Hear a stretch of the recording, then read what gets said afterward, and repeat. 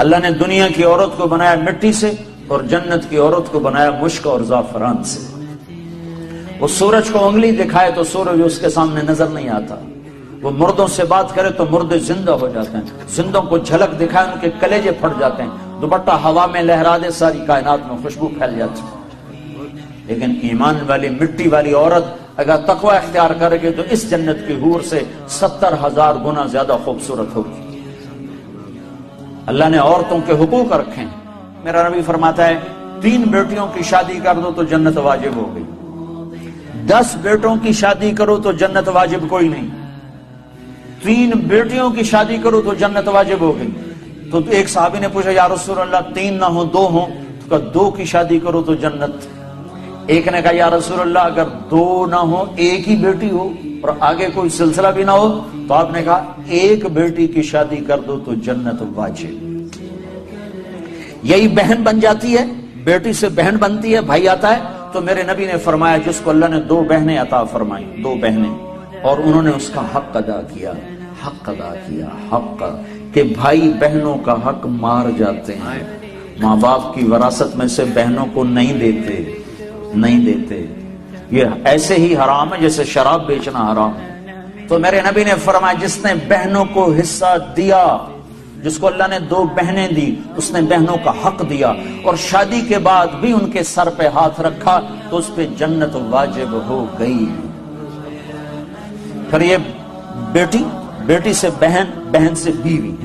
پھر میرے نبی نے فرمایا بہترین مسلمان وہ ہے جو بیوی کے ساتھ اچھا سلوک کرے، اور میرے نبی نے فرمایا جو یہ چاہے اس لوگ کا مسلمان کہ وہ جنت میں میرے گھر کے قریب گھر بنا لے تو وہ 2 کام کرے، ایک اپنے اخلاق اچھے کرے، ایک اپنی بیوی سے اچھا سلوک کرے، تو اس کا گھر میرے گھر کے قریب ہو جائے گا۔ تہجد پڑھے، جہاد کرے، تبلیغ کرے، ذکر کرے، مراقبہ کرے، یہ نہیں فرمایا کہ وہ 2 کام کرے، ایک اخلاق اچھے کرے، ایک بیوی سے اچھا سلوک کرے۔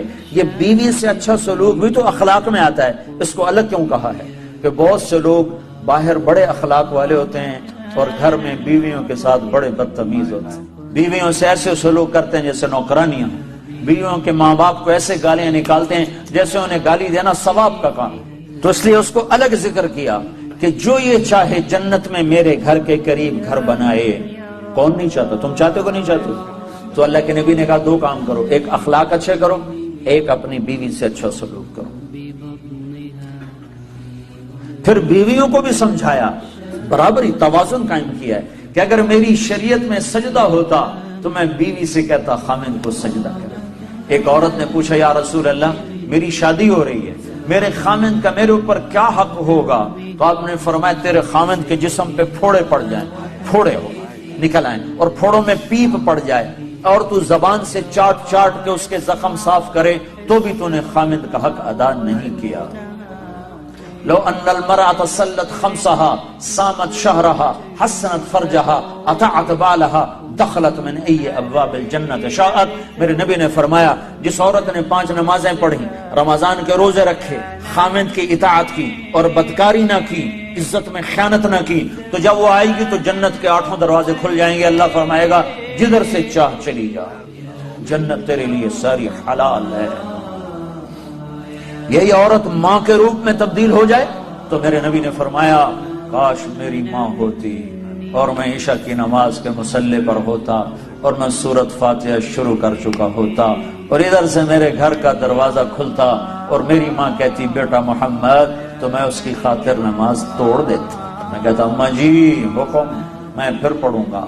صرف نماز روزے کا نام اسلام نہیں ہے، اور بھی دکھ ہیں زمانے میں محبت کے سوا، راحتیں اور بھی ہیں وصل کی راحت کے سوا۔ اخلاق کا بہت بڑا باب ہے جس کو امت نے بھلا کے رکھ دیا۔